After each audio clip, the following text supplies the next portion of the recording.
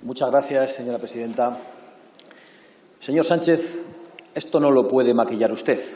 Decenas de miles de españoles muertos por el sectarismo y por la negligencia criminal de este Gobierno. Y millones de españoles arruinados por el sectarismo y por un estado de excepción encubierto.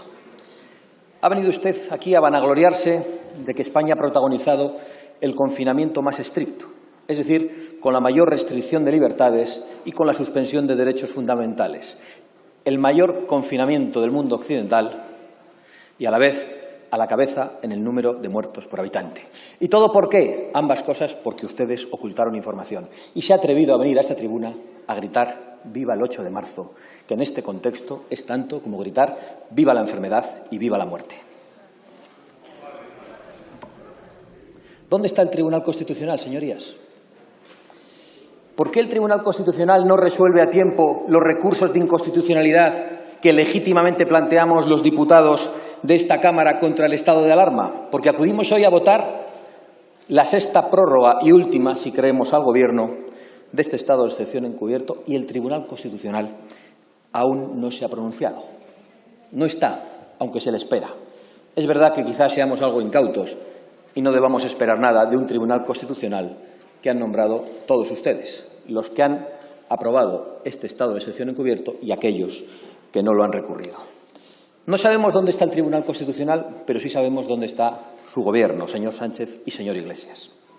Pactando otra vez con todos los enemigos de España, pactando de nuevo con todos aquellos enemigos de España que no están en el Consejo de Ministros, por cierto, con ETA, con el Partido Nacionalista Vasco y con Esquerra Republicana de Cataluña. Con todos aquellos a los que lo único que les ha importado, les importa y les importará es que España se hunda y que han aprovechado esta epidemia para todos sus propósitos de destrucción y de división de España. Y viene usted aquí a reprocharnos que usemos la bandera de España. Yo creo que bastaría con que exija a sus cómplices de investidura que no la quemen y que no la ríen de los edificios oficiales. Y de paso con que anime a sus huestes y a sus militantes a que también la enarbolen en los mítines del Partido Socialista. Y que lo hagan también los señores de Podemos, como en Francia, que vemos a todos los partidos políticos usando su enseña nacional sin ningún tipo de problema y sin que unos a otros les digan que la usan o que se la arrebatan. Porque aquí lo único que se arrebata es lo que ustedes han tirado al suelo. Señor Sánchez, en este contexto, los españoles han visto peligrar su salud y su vida a manos de un Gobierno negligente y su libertad y su economía a manos de un Gobierno sectario, extremista y guerra civilista.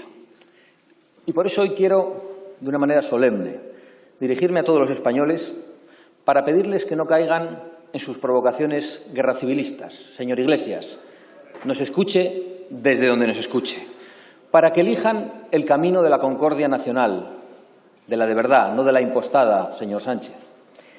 Para que sigan ejerciendo sus derechos con civismo, señor Iglesias, no como usted, que se saltó el confinamiento para acudir a los consejos de ministros, y para que se protejan del odio que promueve el Gobierno del señor Sánchez y del señor Iglesias. Porque este Gobierno ha hecho llamamientos al odio, a la violencia, a los escraches, a la eliminación de los adversarios políticos desde esta tribuna, y lo ha hecho únicamente para protegerse de sus responsabilidades penales. Las de un presidente que, con su negligencia y ocultación, ha provocado la muerte de miles de españoles, y las de un vicepresidente que ha dejado morir a los ancianos en las residencias sin que tuvieran la asistencia del Estado que merecían y la compañía de sus familiares en los últimos momentos de su vida. Ha subido usted a esta tribuna, señor Sánchez, ha venido aquí una vez más a decir de una manera muy calmada y muy pomposa que el enemigo es el virus. Ha venido a decir, evitemos la crispación. Ha dicho literalmente, no al insulto, no a la violencia verbal. Vale. Inmundicia. Parásitos. Apelación implícita a los crímenes del Frente Popular para decir que los diputados de Vox desapareceremos de esta Cámara. Acusaciones de golpismo.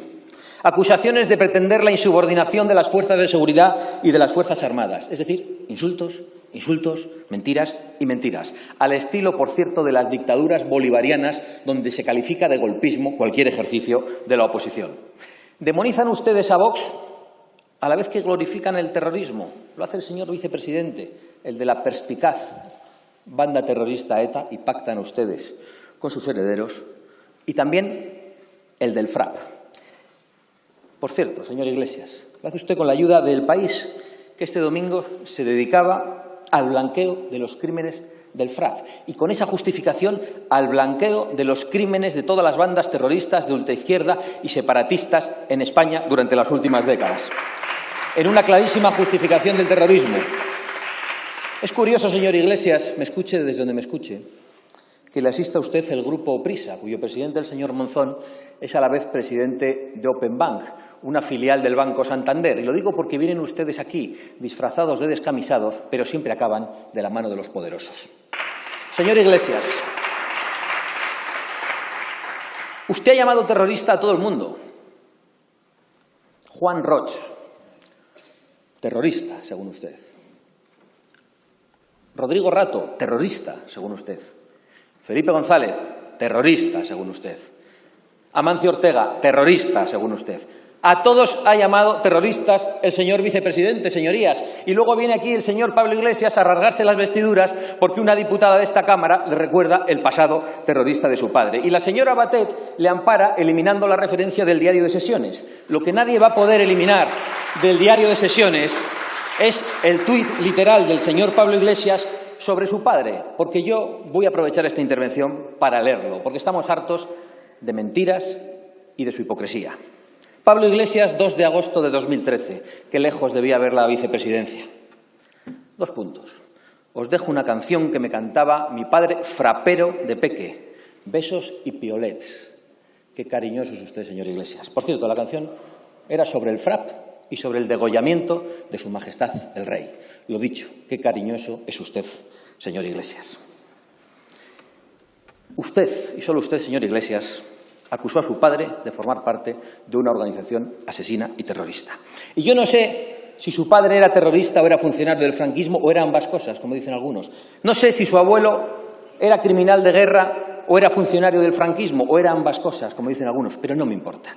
Lo que no aceptamos es que venga aquí a hacerse de víctima cuando fue él el que acusó a su padre de terrorismo. Así que lo que tiene que hacer el señor vicepresidente es pedir perdón a su señor padre, como le llama, y de paso a las alumnas a las que quizás quería impresionar, porque tenemos un vicepresidente que es un fanfarrón de poca monta.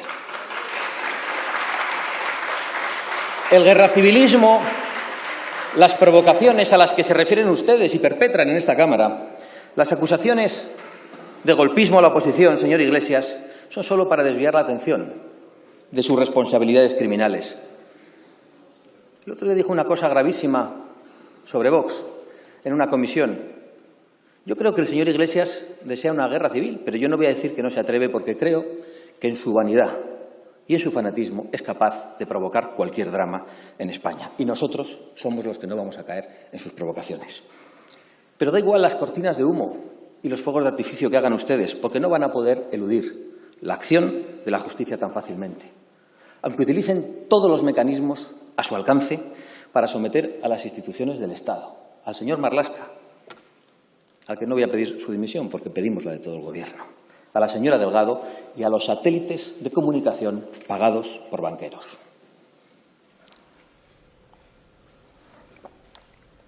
Todos ustedes tendrán que responder, señorías, por ocultar información a los españoles.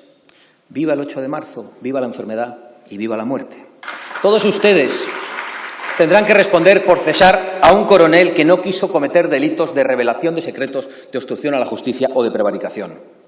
Y todos ustedes tendrán que responder por haber suspendido ilegalmente los derechos de los españoles. Y también por el Estado, por el viaje, mejor dicho, y por las maletas de la señora Delcy Rodríguez.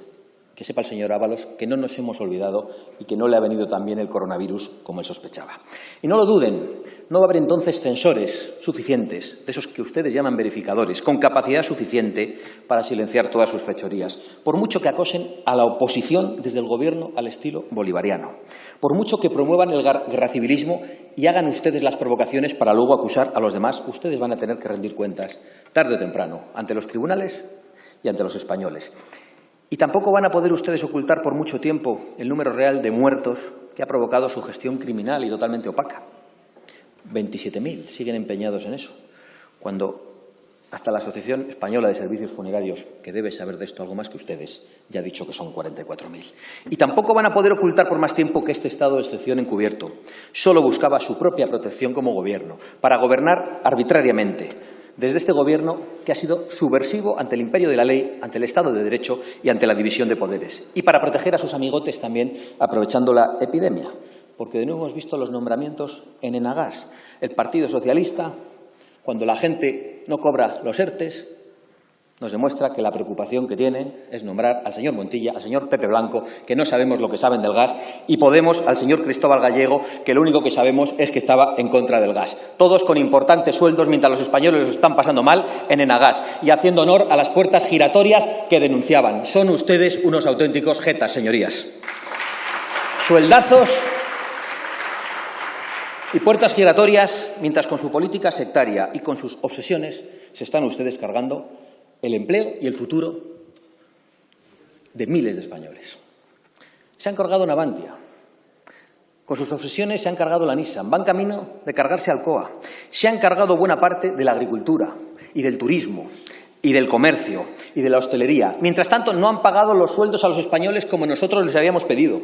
No han pagado los ERTEs de 1 millón de nuestros compatriotas. Y eso sí, han pactado la legislación laboral de los españoles con ETA, que es la organización que asesinó a cientos de trabajadores españoles. Y ahora nos salen con una renta mínima que va a acabar siendo, señor Sánchez, la cartilla de racionamiento de esa pesadilla que no le permitía a usted dormir. La renta mínima, señorías, la renta mínima es el síntoma de la incapacidad de un gobierno para crear riqueza. Y en este caso creo que es peor. La renta mínima es el síntoma de la capacidad y de la voluntad de este gobierno para crear pobreza y personas dependientes. Los españoles tienen dignidad, no quieren sus limosnas, quieren trabajar, quieren prosperar, no quieren sus rentas mínimas. Una renta mínima temporal y excepcional no solo es buena, sino que es necesaria para apoyar a una persona o una familia en situación de dificultad. Pero una renta mínima, permanente y universal, tal y como la han planteado ustedes, no es más que un augurio de pobreza y una promesa de ruina.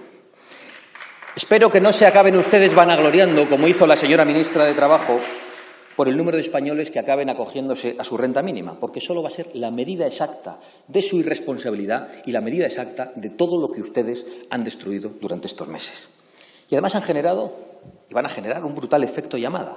Ya estamos viendo a las webs magrebíes con personas que intervienen con perplejidad ante el maná que parece que les cae del cielo por la ayuda que ustedes están dispuestos a dar y por los requisitos que van a poner. Sí, ustedes lo niegan con la cabeza, pero aquí está el Boletín Oficial del Estado, donde decían que haría falta tener residencia legal al menos de 1 año en España para poder obtener la renta mínima. Esto ya es discutible, cuando hay españoles que no llegan a fin de mes, que lo están pasando fatal, que han cotizado durante mucho tiempo.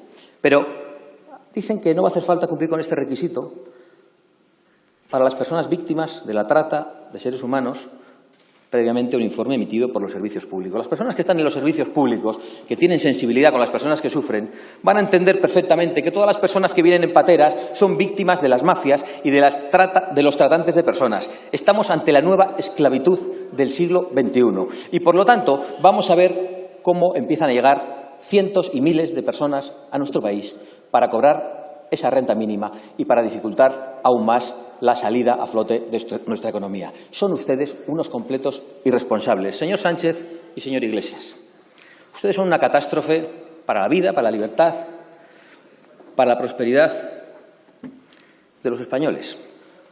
Pero los españoles les han perdido el miedo. Y lo hemos visto. A pesar de sus presiones, a pesar de sus amenazas, ha habido caceroladas masivas en todos los barrios de España que ustedes han querido caricaturizar.